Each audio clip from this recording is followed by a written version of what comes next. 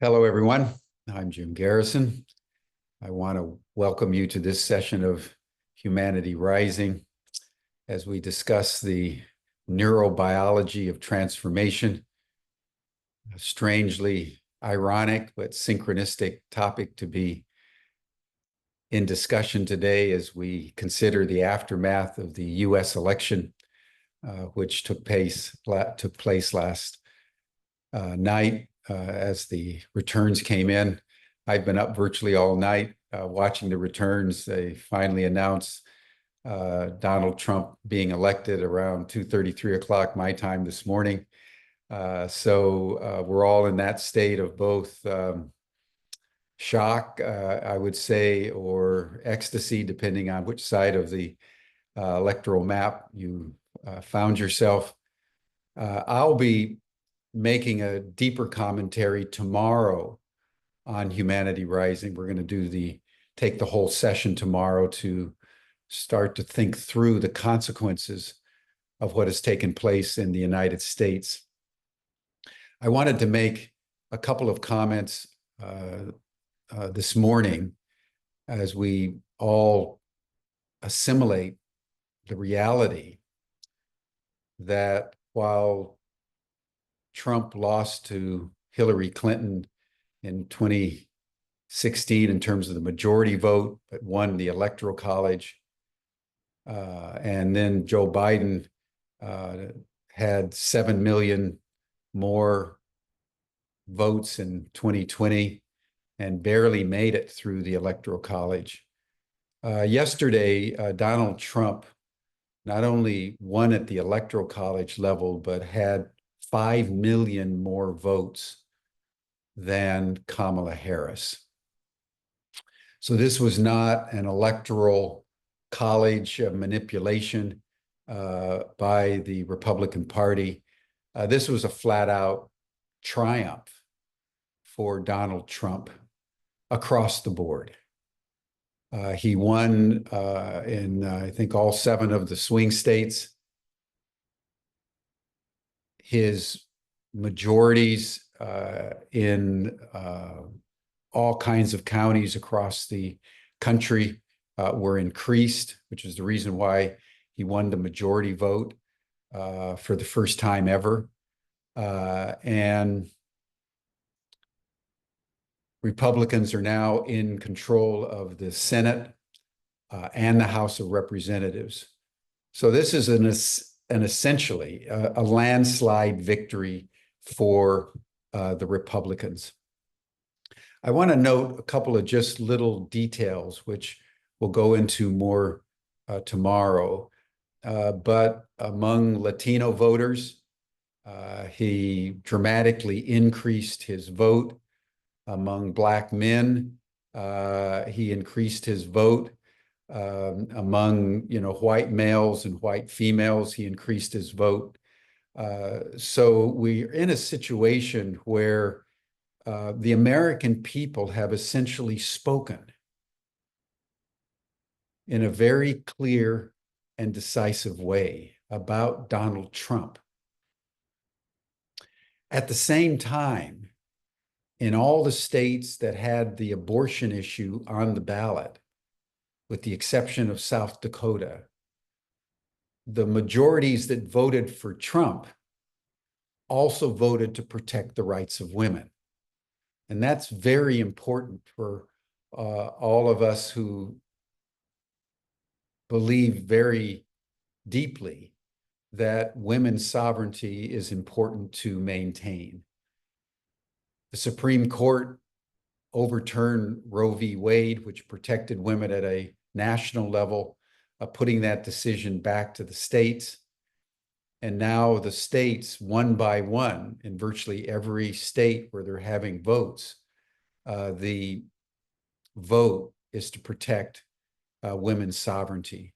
So I think that's a glimmer of hope for women in an otherwise dire outcome. I will be exploring this more tomorrow, but I think that what we now need to take in particularly given that Donald Trump is now coming into the presidency with majorities in both the Senate and the House, is the American people, and I think the world, need to prepare themselves for some very dramatic, and I would say draconian, activities. I've mentioned several times before that the overriding factor, in my view, about this election is the astrology that is at play in the United States. And that one astrological fact that the United States is experiencing its Pluto return. Where Pluto was in the American natal chart on July 4, 1776, is now, in the month of November 2024, back into virtually exact orb, exact alignment. And Pluto is the god of Hades. This is the god of hell. This is the god of disruption, of violence, of shadow.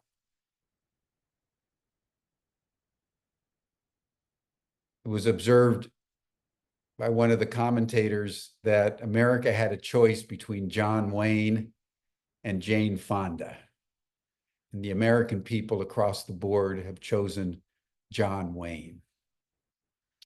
What a John Wayne presidency will do in an interconnected world on the verge of self-destruction by both climate change and escalating conflicts around the world toward nuclear war. How this is going to play out is going to be something to behold. But I think all of us, in whatever way we need to fasten our safety belts, because I believe that the United States is going to be going through some internal turbulence and will bring turbulence to the world in ways that we cannot imagine. I've also mentioned Plato and his prediction that essentially democracies die in ignorance. They die in polarized mob rule.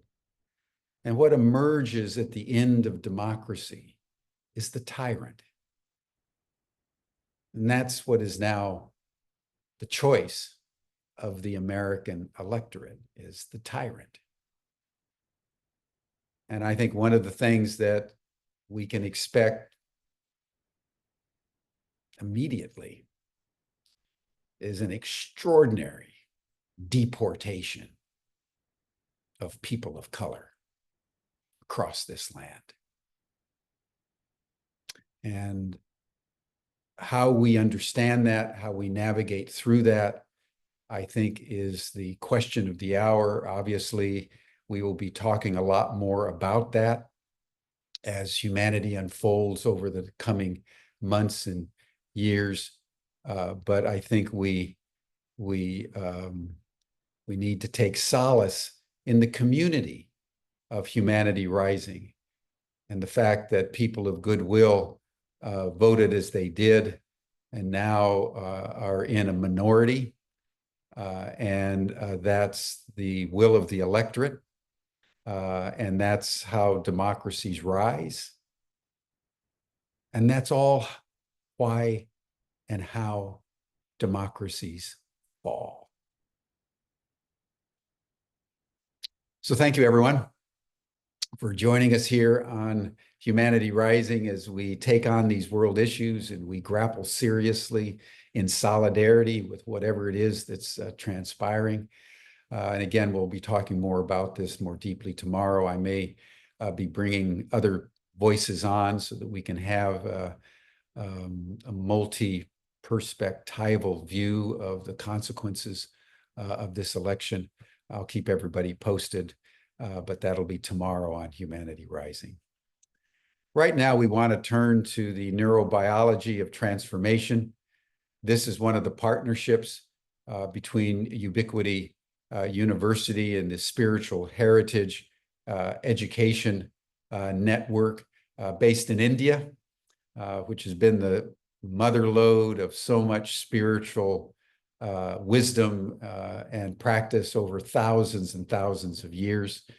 So I want to invite Dr.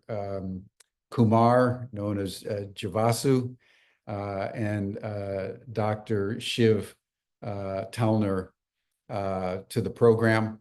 They are going to make a presentation about the neurobiology of transformation. They have a slideshow, and then upon completion, we'll circle back and we'll have a deeper dialogue about how even in these times, transformation is available to all of us. So Javasu and Shiv, welcome to Humanity Rising, and I turn the program over to you. Thank you, Jim.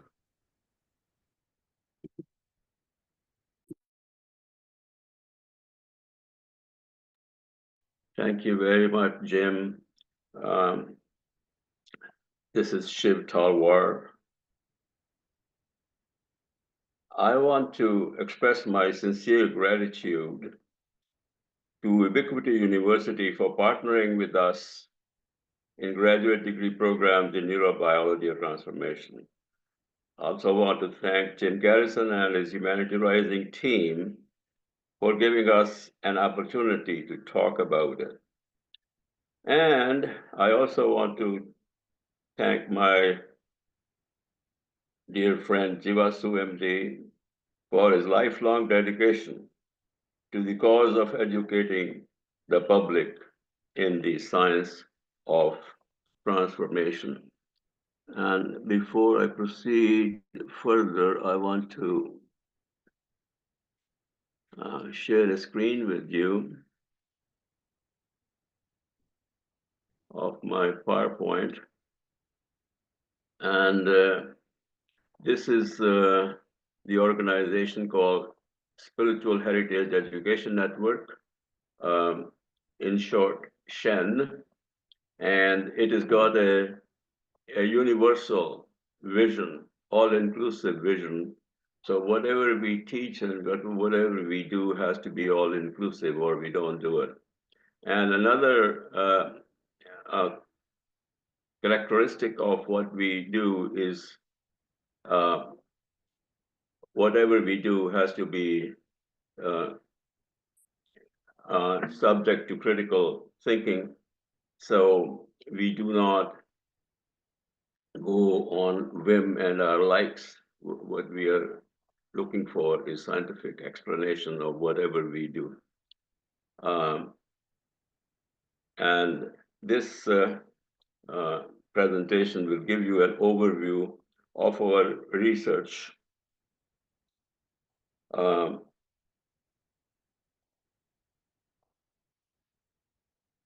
I took early retirement to work full-time to develop educational solutions to the problem of identity conflict that I experienced in India in my developing age. Towards that end, I founded Spiritual Heritage Education Network, SHEN, in September 2000. Today's presentation briefly overviews SHEN's journey from spiritual education to as a solution to identity problems to education in the neurobiology of transformation.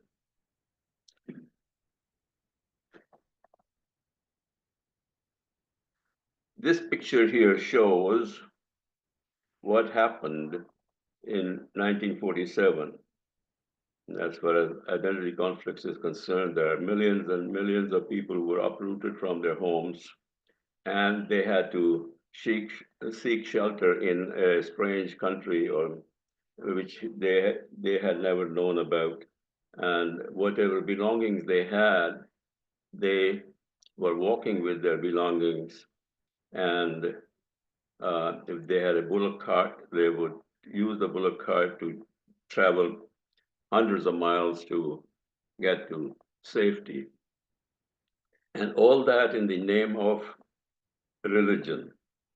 And that is what Spiritual Heritage Education Network was meant to put an end to, identity conflict.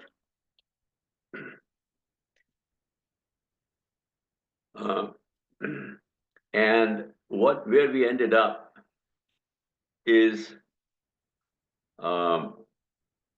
science of transformation. And this is transformation of the whole individual.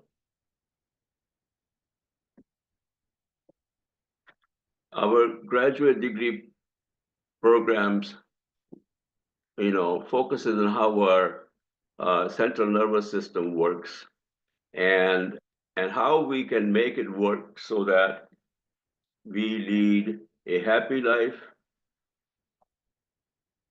without any physical disease.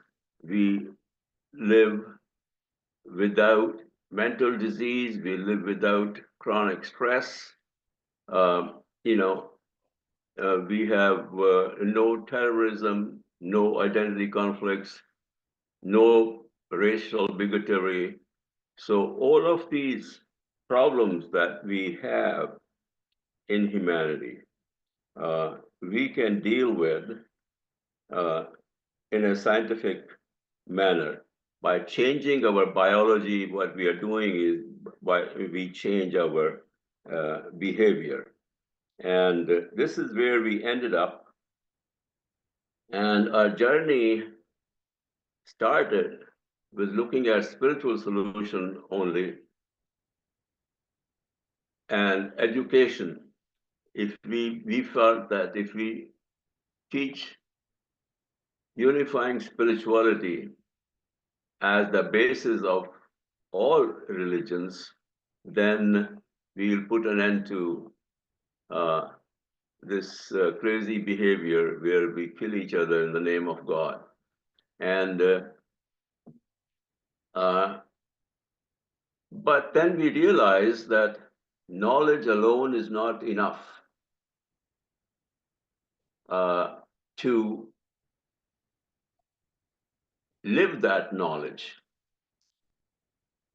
To translate knowledge into lived behavior, we have to have the right kind of body and right kind of biology of our system. And we have to change our genes epigenetically so that they run our biology and our behavior better.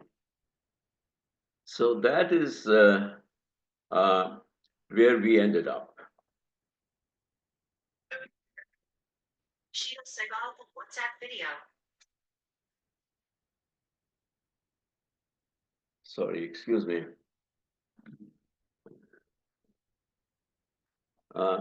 This slide here, I present a psycho-spiritual model of human behavior overlaid by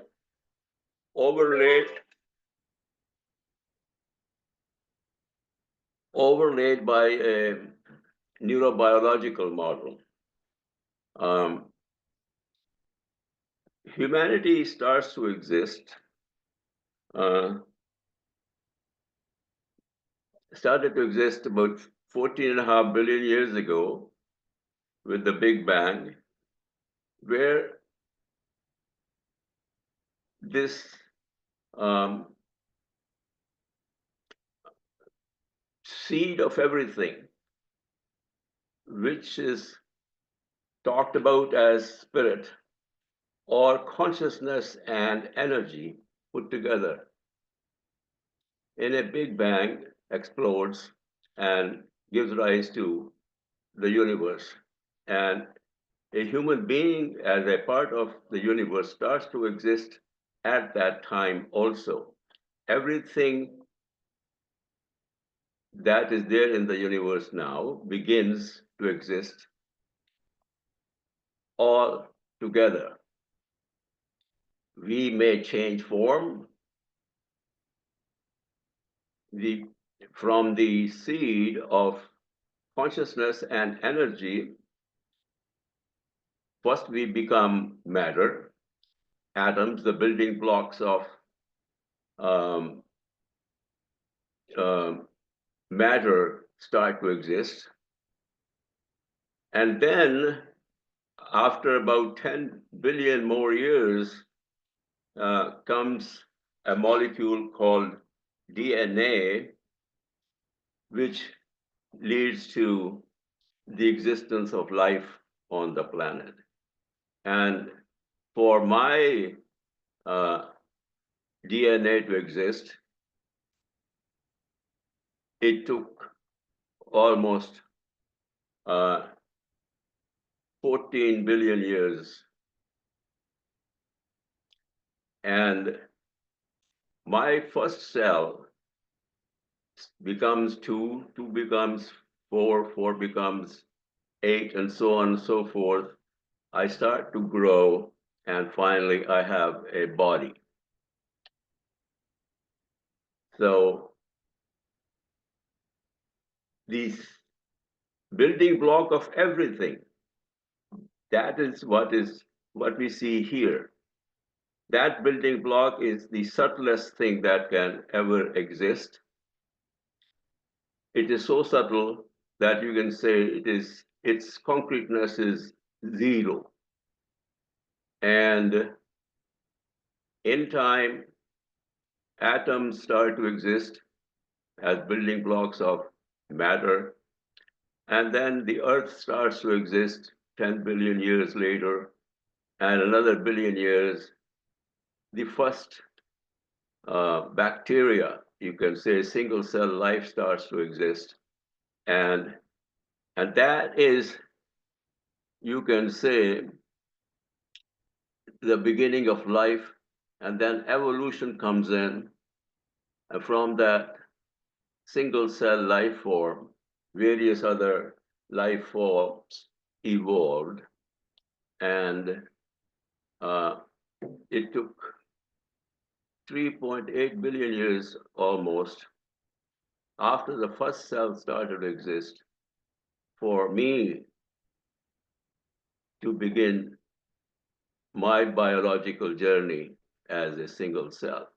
And then neurobiology takes over, and that single cell becomes my brain and my eyes and my whatever, the whole body.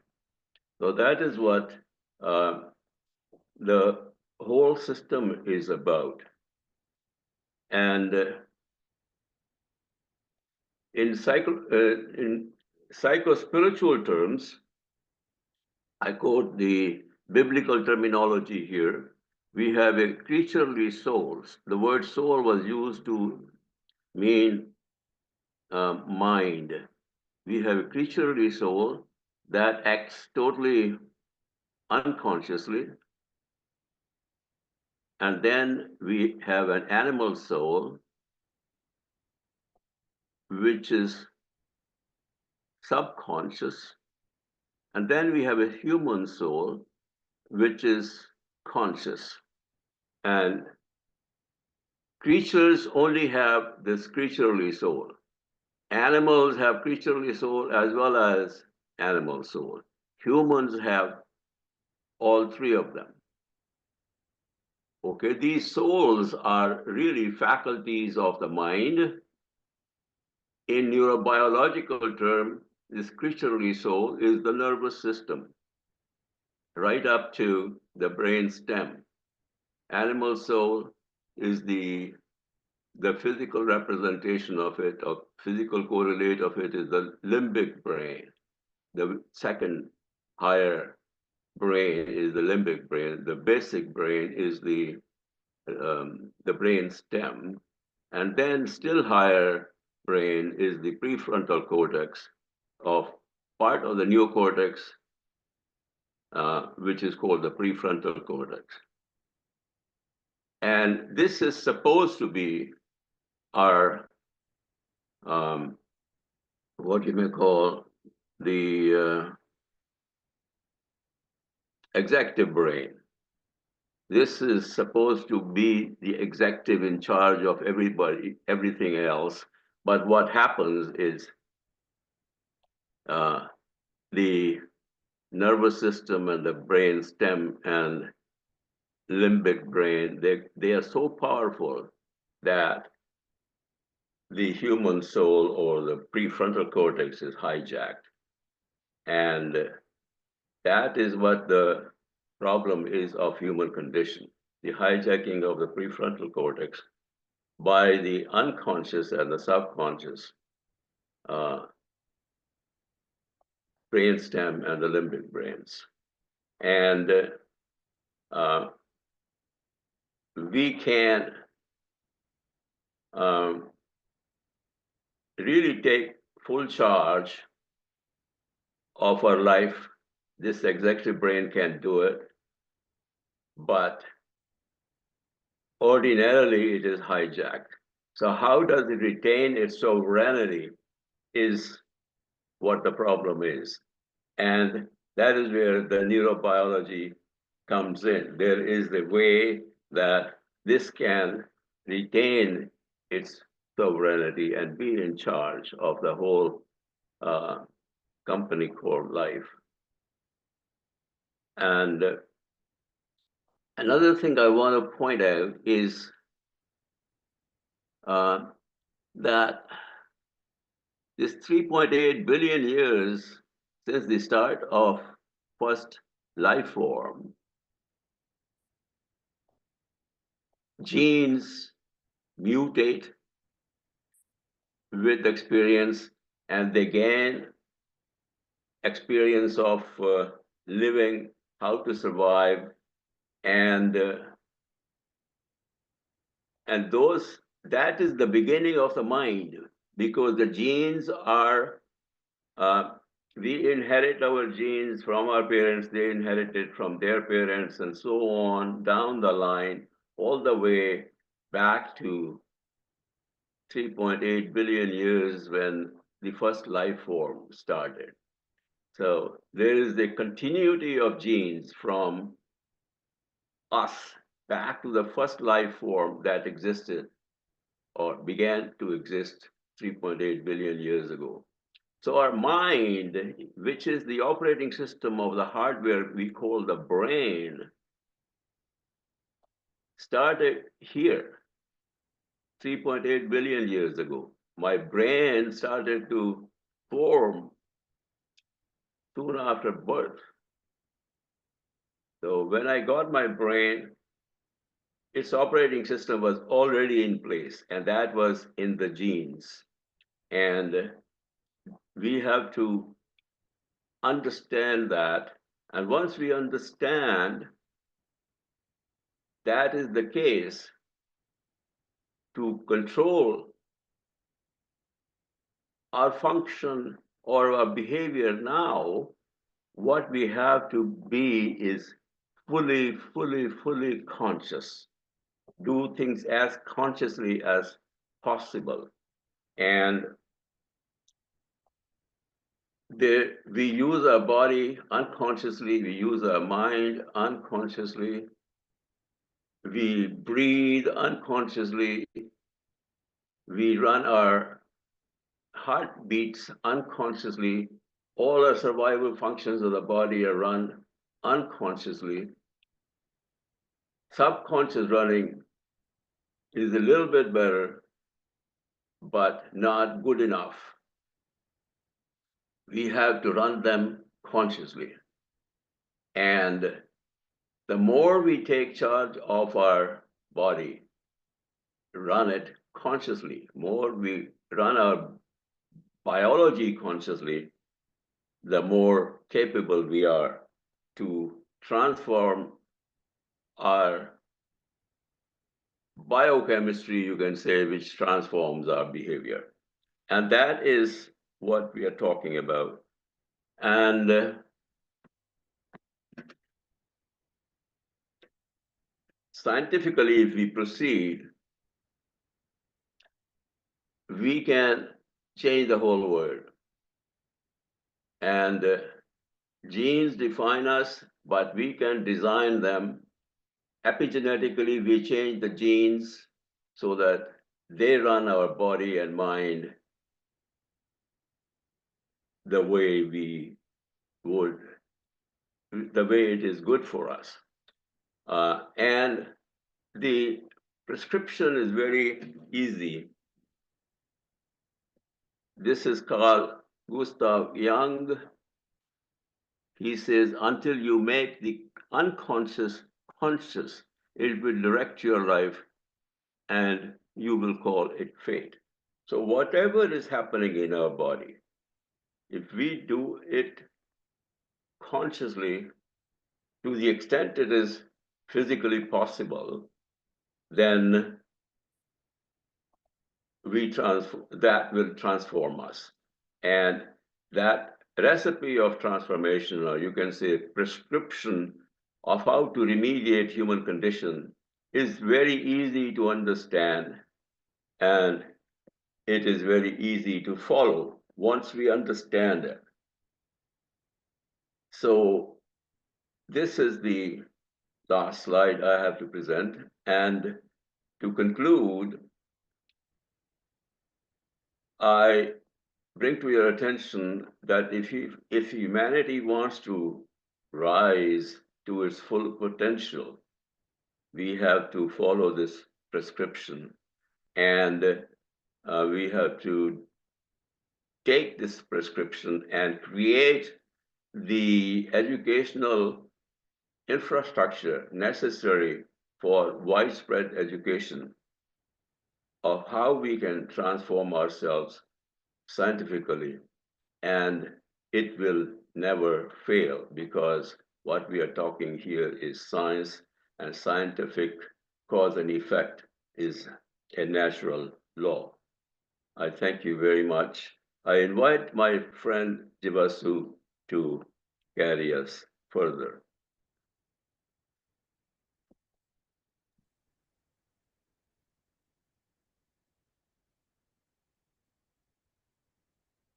Thank you, Shiv Bhai.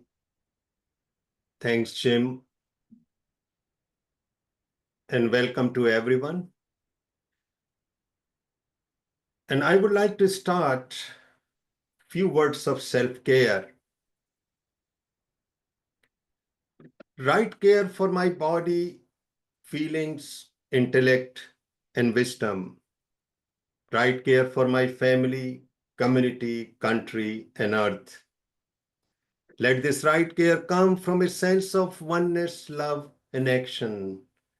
Let this right care take me to the bliss of conscious existence. I affirm it, I affirm it, I affirm it in my authenticity.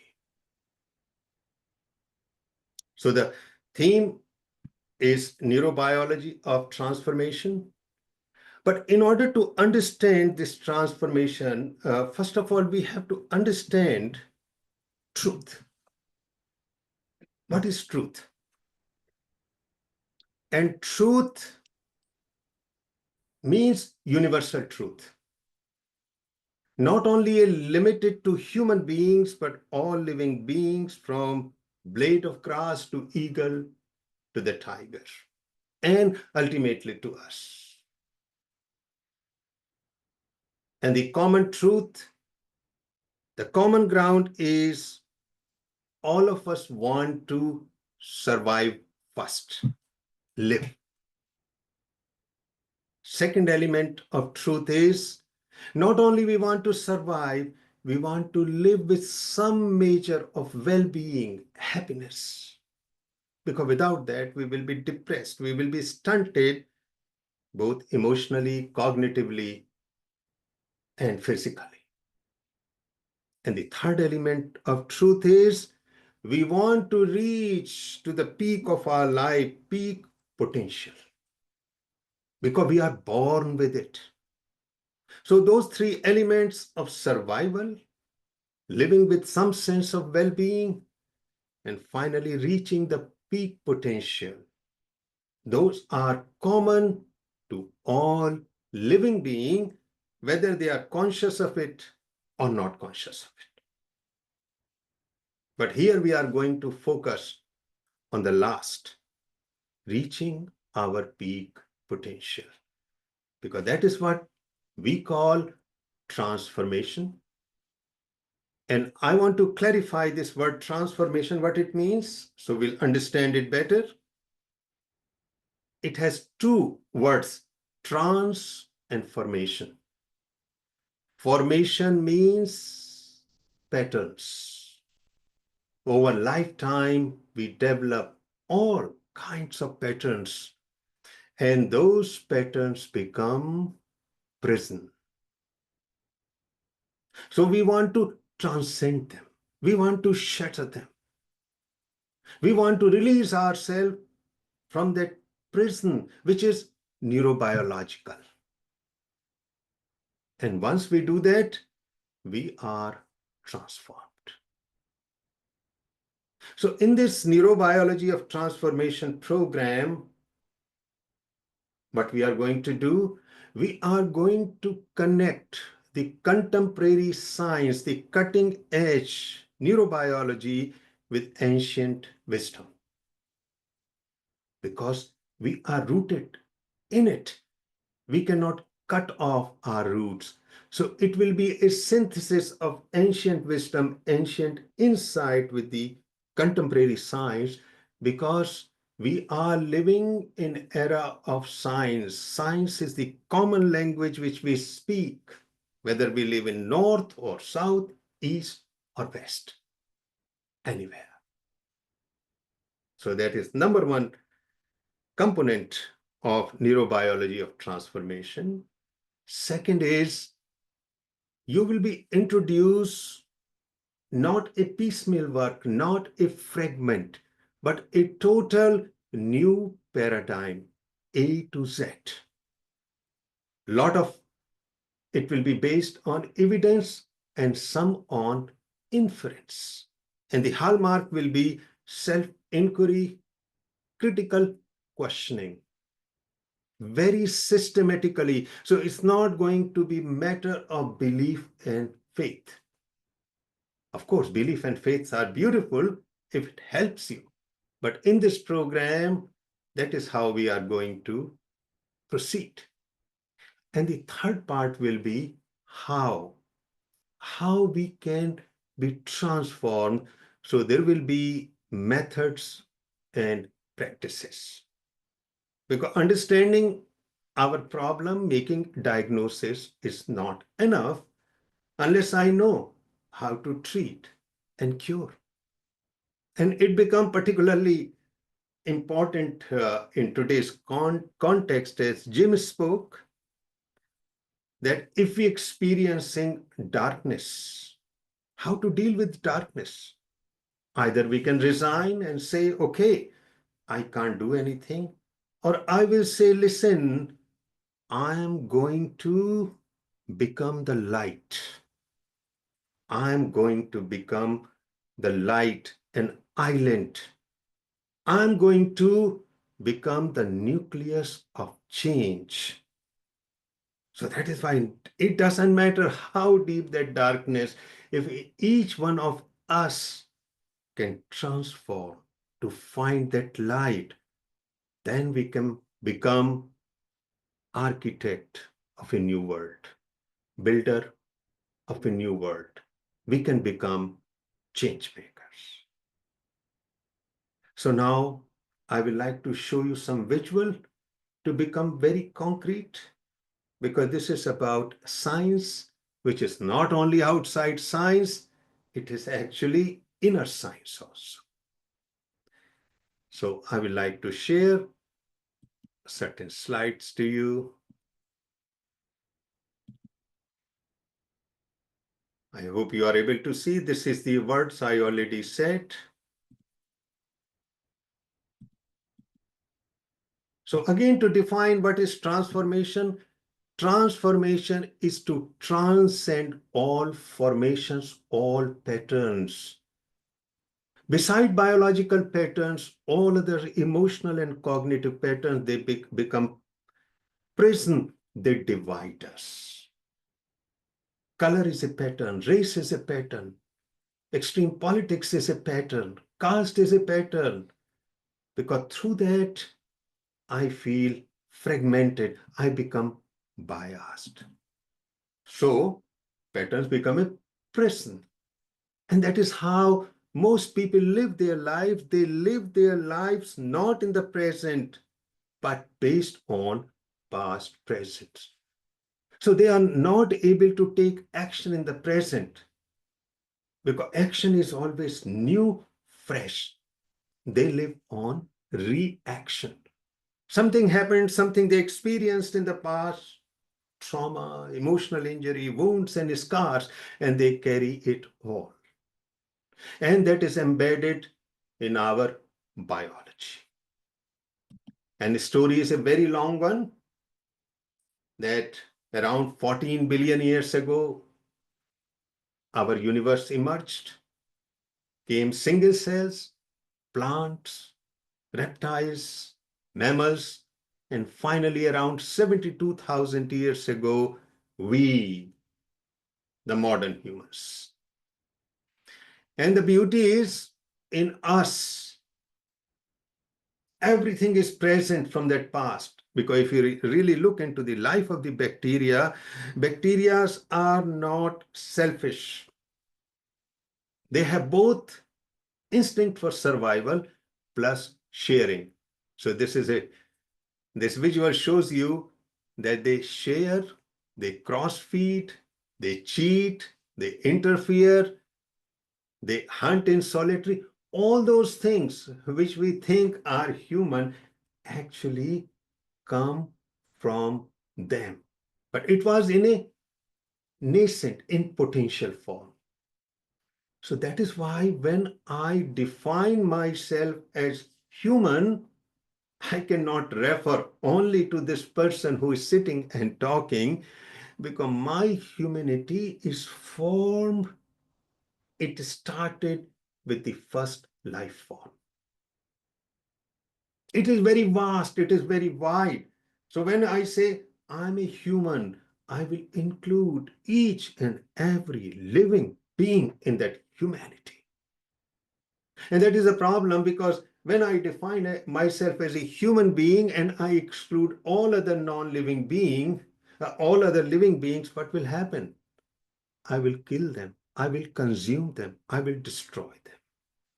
And that is the reason behind current climate crisis. I'm human. Other living beings are not human. So I'm free to do whatever I want to do with them.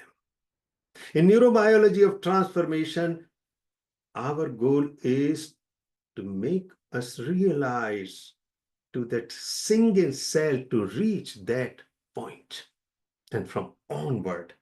So this is human is a spectrum.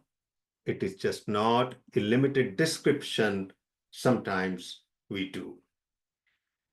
And that is the current brain, as you can see, which roughly came into expression around 72,000 or 70,000 years. Our approach is through the body, primarily. Of course, it will include emotions, it will include thoughts, but if you really look into emotions and thoughts, they are in the service of the body. And why? Because body is the only living entity with us. What we call life energy flows through this body, and if body is not there, all else will disappear. So we have to be very clear that what we call life is in this body, and body is the common ground. Our mind may be divided, but body we share, from a single bacteria plant to the most enlightened being. But there is another beauty of the body, and that is it is the confluence of three cosmic forces. What are those? Matter, energy, and consciousness. All three are present in this body which is very tangible, which is palpable. So my flesh, my bones, my liver and kidney are made up of matter. What keeps me alive is energy, life energy. How do I know? Because I have consciousness. So basically, my body is like an airport terminal from where I can take a flight anywhere, domestic, international, or cosmic. So I need not to go into too much complexity of traditions, of thought, complicated philosophical system about which we are debating, or religion. This body contains the whole system, whole religion. The life which is flowing in it is the cause of all interpretations, whether it's spirituality or religion or philosophy or science, it doesn't matter. So that is why we approach in a very tangible and palpable way. And I mentioned to you about truth. So just here, individual, we want to survive, we want to live with well-being, and we reach our full potential. And in biology, it is called homeostasis, the natural balance. But what prevents us reaching our peak potential? What is the problem? The problem is 5 traumas of life. The first trauma is transgenerational trauma. So many of us are carrying from the past generations.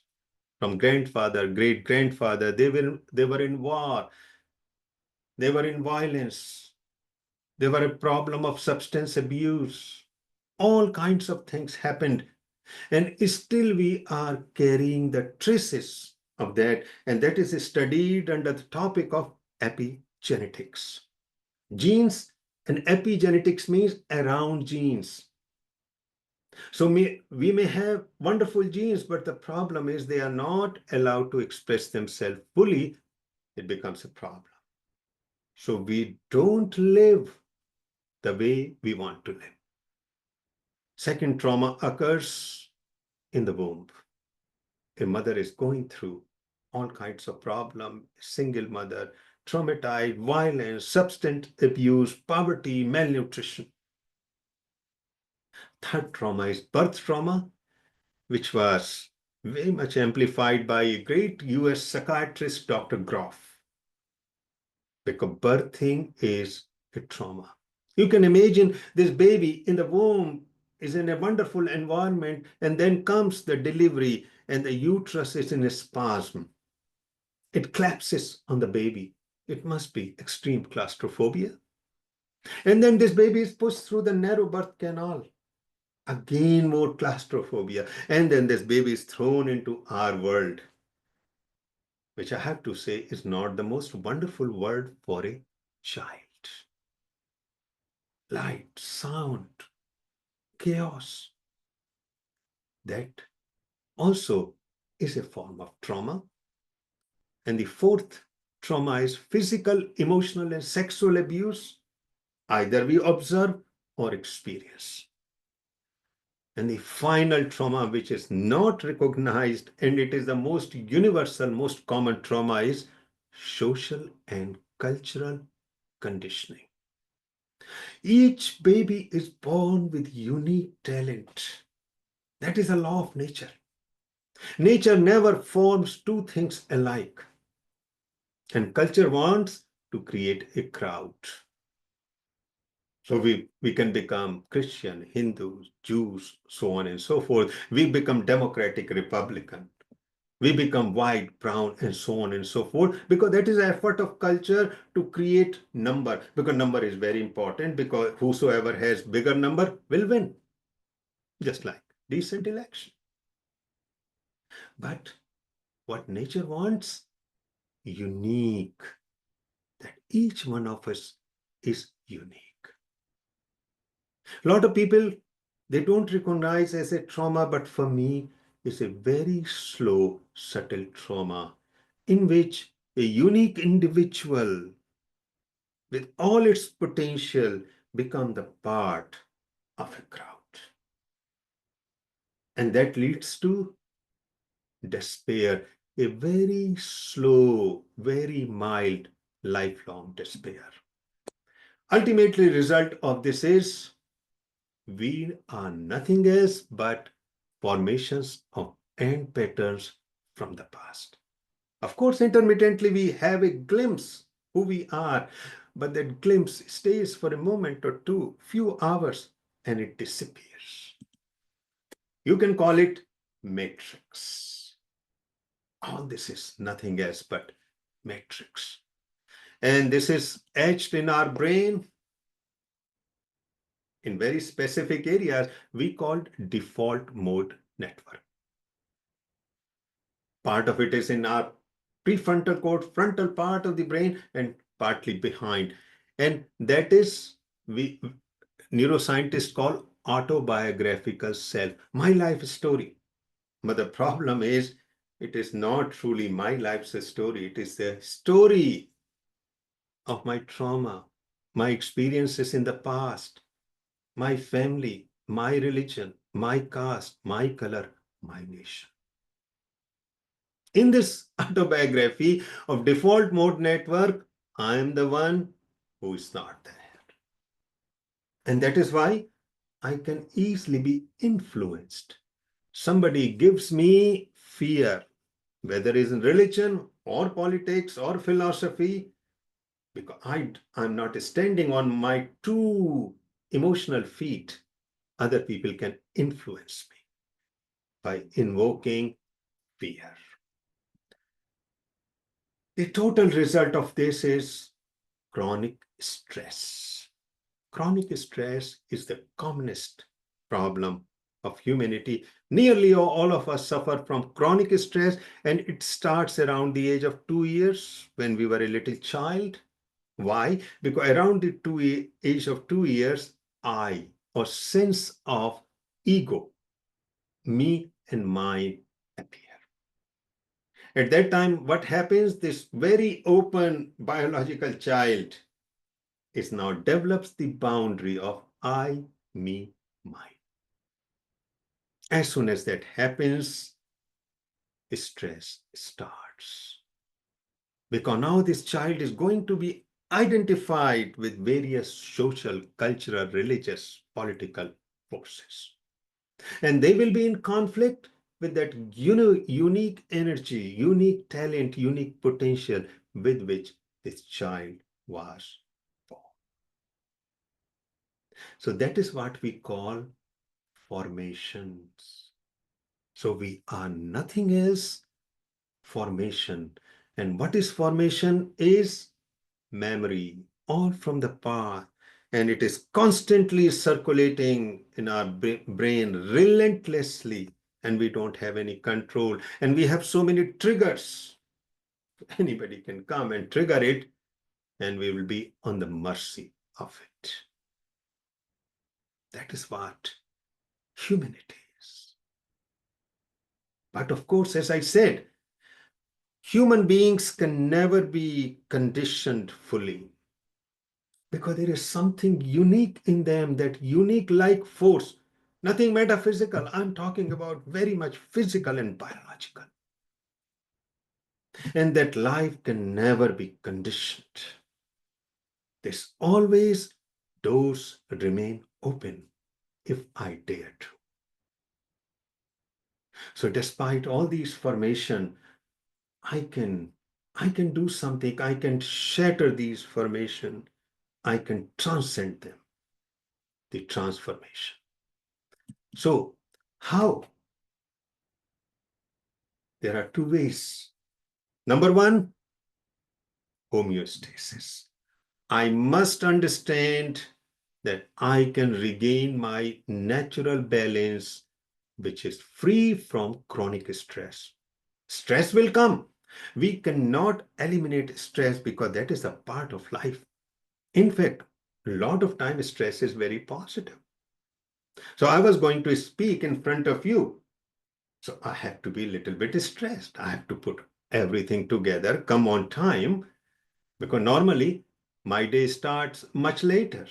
I do a lot of writings in the morning. It's a very joyful morning for me, but I have to change it because I have to make a presentation. Eustress, positive stress, because that is a part of homeostasis. Once I bring that natural balance through methods, practices, understanding, then I will change my brain and body. That's a remarkable discovery in neurosciences almost 40 or 50 years ago, that this brain and this body are plastic. They are flexible. So my past traumas, my past conditioning, my past programming are etched, and they created a negative neuroplasticity. But nature gave me a control and said to you, okay, despite all that, you can change it anytime you wish, because your brain has resilience. And what that means, positive neuroplasticity, ultimately breaking all those patterns, becoming free from them, only retaining those patterns which are very important for my biological survival and also connecting to the external world. But otherwise, I want to become free. How do I do that? There are two ways, because these are all the parts of course which we are going to teach. First is practices. There is a huge variety of practices, something to do with the body, something to do with the breath, something to do with the mind. So we call sometimes yoga, stretches, tai chi, qigong, or a variety of breathing exercises. Pranayama, sometimes it is called, or various meditation, or awareness of the body, which is called interoception. Interoception is a cutting-edge research theme in neurobiology. Interoception means when I feel the flow in this body. It is also called eighth sense. 7 senses for the external world, 8th sense for the internal world, to change it, to transform it, to become free from my past.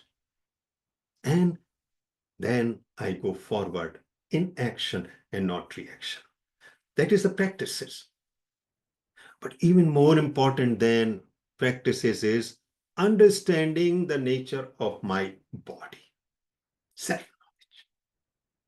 In nearly all ancient healing tradition, physicians, they wanted to understand personality of the patient, because then treatment, advices regarding sleep, food, work were customized.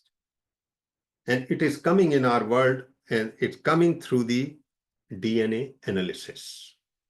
So maximum in 10 years, everybody will have the details about their DNA, which will indicate what is good or what is not good for us.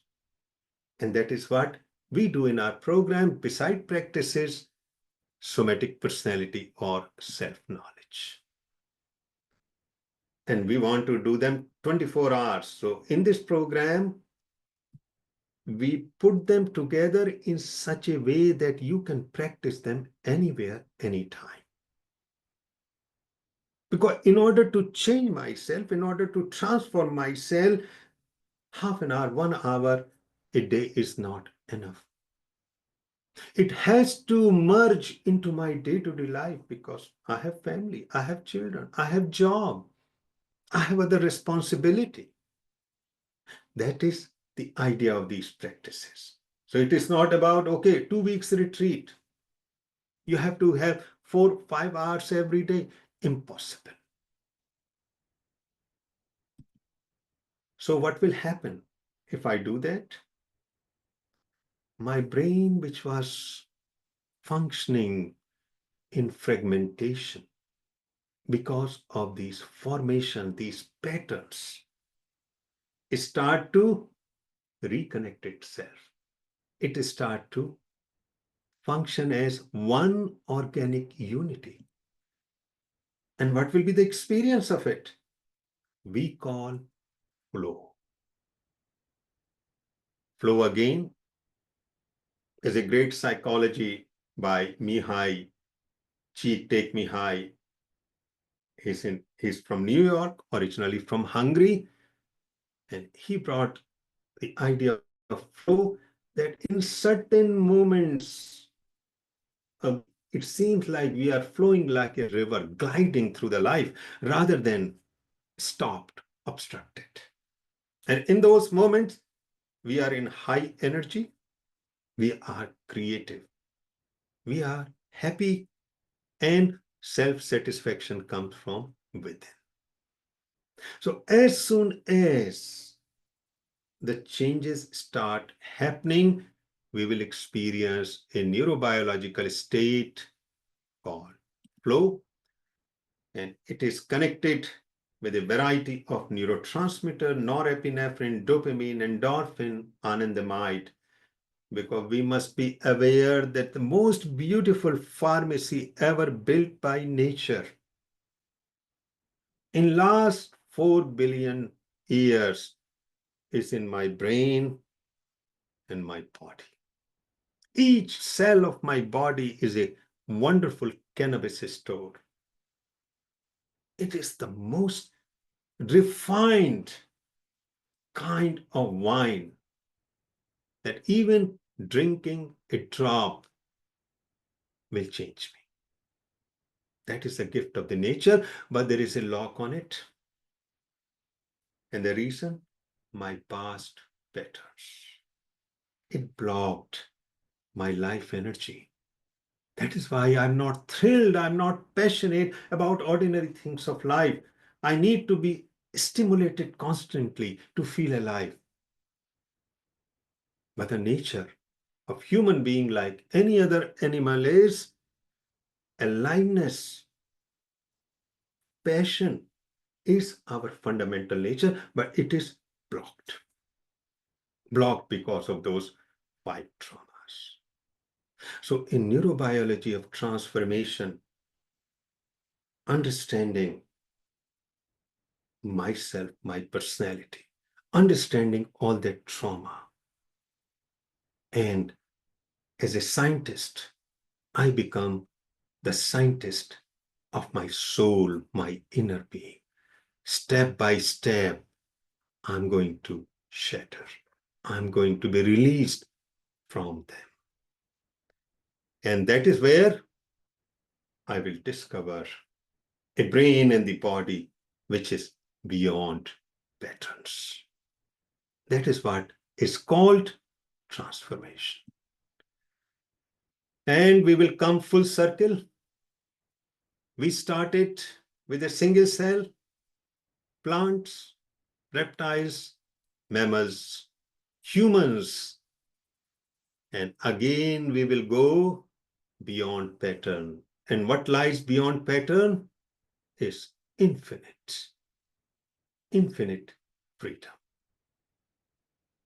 So single cell was like that. Single cell had no brain. It was living in infinity. But the problem was, it was not self-aware. So that is why we will come back to the same point, but in full consciousness, as Shiv Bhai mentioned. And once that happens, of course, that is what we will be. Because when inner is changed, when there is a full light inside me, what I'm going to radiate? Only the light. If I'm in the darkness, what I'm going to give to others? Only the darkness. So that is the introduction to this master's and PhD in neurobiology of transformation. And of course, I will just give you very quickly, these are the structure of the courses, 6 of them. We start in April 2025, duration roughly 2 years. These are the 6 courses. Once you request, details will be sent to you. And these are the credits, just some nitty-gritties. I won't go in detail. There is a discount and scholarships are also available. So with that, I will stop here and I welcome any question about the theme I spoke. Thank you very much. Thank you, Javasu, and maybe Shiv could come back on and we can. Thank you, gentlemen, so much. I think we'll adjourn to the after chat for those people who want to go into more detail about your program and your perspective. I think the one thing that I would like to underscore is the comments that you both made about the fact that every cell is a confluence and crossroads for matter, energy, and consciousness. I think that's something that is so important for us to take in, that we think our cells are just in our bodies, but they're receptors for cosmic energies, they're receptors for psychic energies, astrological energies, all kinds of consciousness vectors and energetic vectors are coursing through our bodies all the time. And it's like, you know, radio waves and television waves. If we have the right receiver, we can pick them up. But just because we're not picking them up doesn't mean they're not there. Exactly. And so I want to just acknowledge that and encourage people who are interested in this neurobiology of transformation to make yourselves conversant with this course. You can go on the Ubiquity University website. You can see the listing with the Spiritual Heritage Education Network. You can take their course in the Neurobiology of Transformation and then enroll in Ubiquity University for a master's and PhD degree. You'll be able thereby to really tap into the source of, I think, Indian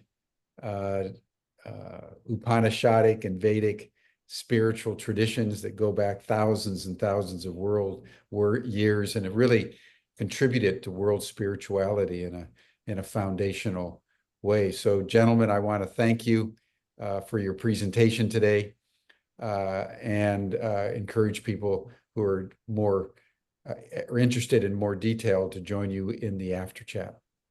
And then tomorrow, as I indicated, we'll go into what happened with the US election more deeply. I decided not to do it today in the immediate aftermath because I think we need at least 48 hours to think through and feel through the consequences of this momentous transformation of American politics and the next 4 years. So that'll be the subject for tomorrow's Humanity Rising. If you want to join these gentlemen in the after chat, you'll see the link in the after chat. You also receive the Zoom reminder in the link in your Zoom reminder. So that'll bring us to a close for today, and we'll see you all again here tomorrow. Thank you, Javasu. Thank you, Shiv, very much for your wisdom today. Right. So, Jim, now we can click on the link to go in after chat. Yeah, and you'll see it in the chat box to your right in your Zoom chat, or you received it in the Zoom reminder that you got from Katie Amrin yesterday. Okay. Thank you, gentlemen. Thank you, everyone. See you tomorrow. Bye for now. Bye.